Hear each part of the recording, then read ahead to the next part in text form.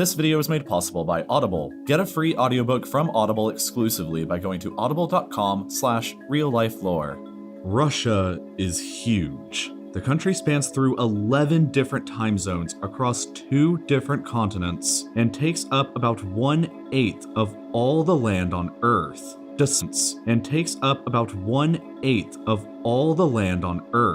Despite all of this though, Russia has a critical problem. Russia is shrinking. It's not shrinking in land, Russia has plenty of that. Instead, Russia's shrinking problem is with her population, which has been nearly continuously going down for nearly 30 years now. When you're only looking at the size of countries based on how much land they have, Russia clearly wins that race. But when you factor in Russia's population of about 144 million people, Russia comes in as only the 9th largest country in the world, behind a lot of other countries that are significantly smaller in land, like Pakistan, Nigeria, and most interestingly, Bangladesh, a country that is 118 times smaller than Russia, but has over 20 million more people living there. An even stranger case is the island of Java inside of Indonesia. Java is 123 times smaller than Russia is, but the island's population of 141 million easily compares with Russia's entire population of 144 million. And it didn't used to always be this way. As recently as 1900, the territory of modern Russia itself, without factoring in the rest of the Russian Empire's population at the time, had the 3rd highest population of any country in the world, only remaining behind Qing China and British-controlled India. There were more Russians at the time than there were Americans, but within a century, all of that had completely changed. And the biggest reason why it changed, and the reason why modern Russia is still struggling so much with this problem, is largely because of the Second World War, a war which absolutely devastated the Soviet Union and Russia specifically. In just 4 years of war between 1941 and 1945, the USSR lost a mind-boggling 13.7% of her entire population. If we divide the USSR up into its separate republics, we can see that Russia itself lost 12.7% of all of her people. More than 1 out of every 4 people in Belarus died, while Ukraine, Lithuania, Latvia, Armenia, Kazakhstan, Azerbaijan, Georgia, Estonia, and Moldova also all took heavy losses, along with other Eastern European countries like Poland. The fact of the matter is Eastern Europe in general took a massive population hit in only 4 years, and the scars that war left upon society here can still be felt today. One statistic that I'm reminded about that is particularly haunting is the one about males born inside of the Soviet Union during 1923. If you were born a boy anywhere inside of the USSR that year, then right at birth, you would only be given a 20% chance of staying alive long enough to see your 23rd birthday in 1946. 80% of all boys born in the USSR that year would be dead by the time of January 1st, 1946, just 23 years later. If we take a look at Russia's population pyramid, a chart which shows people living inside of a country of all ages, you can see healthy growth at first and then a massive gash during the years of World War II. In the years immediately following the war, the population began to rebound, but slowed down in the late 1960s. This slowdown was the first echo of the Second World War. All those millions of young people who died in the 1940s who didn't have any children of their own meant that all of their millions of unborn children weren't alive to have their own children 20 to 25 years later by the time of the late 1960s, which caused population growth to slag.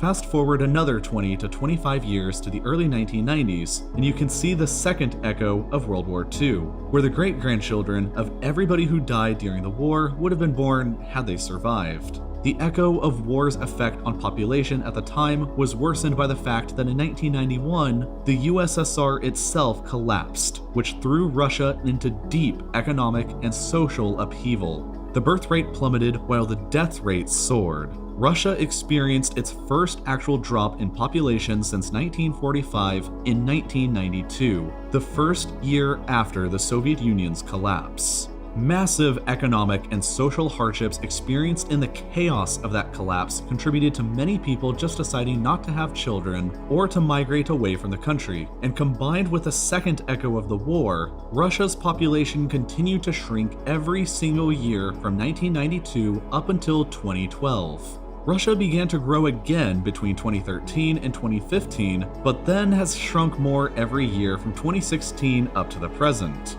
Some of this modern shrinkage can be attributed to the Second World War's third echo on Russian society, which is happening right now. The great-great-grandchildren of the people who died without children in the war would normally be getting born right now, and since that's obviously not happening, it's having a marked effect. But there are other factors at work as well. Another is that Russia is currently experiencing more economic hardships. In 2014, Russia annexed the Crimean Peninsula, a move which added over 2 million people into Russia's population pool, and which still wasn't enough to boost Russia's population back to the level seen in 1991. With several sanctions passed against Russia by several countries around the world as a consequence of this annexation, Russia shrunk from the world's 9th largest economy in 2014, a position equal to Russia's rank in population, down to the world's 12th largest economy 5 years later in 2019, with India, Canada, and South Korea overtaking her. Another problem that hasn't been mentioned yet, and that certainly plays a factor, is Russia's geography and the fact that most of it is pretty inhospitable. In modern times, 77% of Russia's entire population, or 110 million people, live inside just the European part of Russia, where the temperatures are more mild. But this part of Russia only accounts for 23% of Russia's land. The rest belongs to a huge region called Siberia, which is the inverse of European Russia. It accounts for 77% of Russia's land, but only 23% of Russia's population. If Siberia was an independent country, it would still be the largest country on Earth in size, but it would have a smaller population than California. Siberia is largely undeveloped and extremely hostile to human habitation, with brutal and long winters with absurdly cold temperatures. Because of this, most of Siberia is completely empty without many human settlements, and as a result, Russia doesn't really have as much land that can be settled by people as it may seem at first. Bangladesh and the island of Java may be over 100 times smaller than Russia in total land, but they arguably have more easily settleable and rich agricultural land than Russia does, which in part helps to explain why they have higher or similar populations. Russia's geography has, in a way, always been one of the country's greatest challenges to overcome, and it continues to be a massive hurdle for the country to overcome in order to expand her population. When you combine all of these factors together, along with other issues like a moderately low rate of immigration in regards to Russia's size, and it begins to paint an overall picture. If the current shrinking population trend continues up until 2050, Russia will find itself in a position where she is only the 14th largest country in the world, far behind countries like Nigeria, Pakistan, Ethiopia, Bangladesh, the Philippines, Mexico, the Democratic Republic of the Congo, and even Egypt. Those estimates are the official estimates of the United Nations though, and they're far from the most pessimistic. Other estimates by other demographers believe that if the population shrinkage returns to the same levels that Russia experienced during the 1990s, the population could dwindle down to as little as 110 million, making Russia about equal to what Iran will probably look like at the same time in terms of population numbers. The next 30 years will almost certainly be an interesting and decisive time for the Russian nation.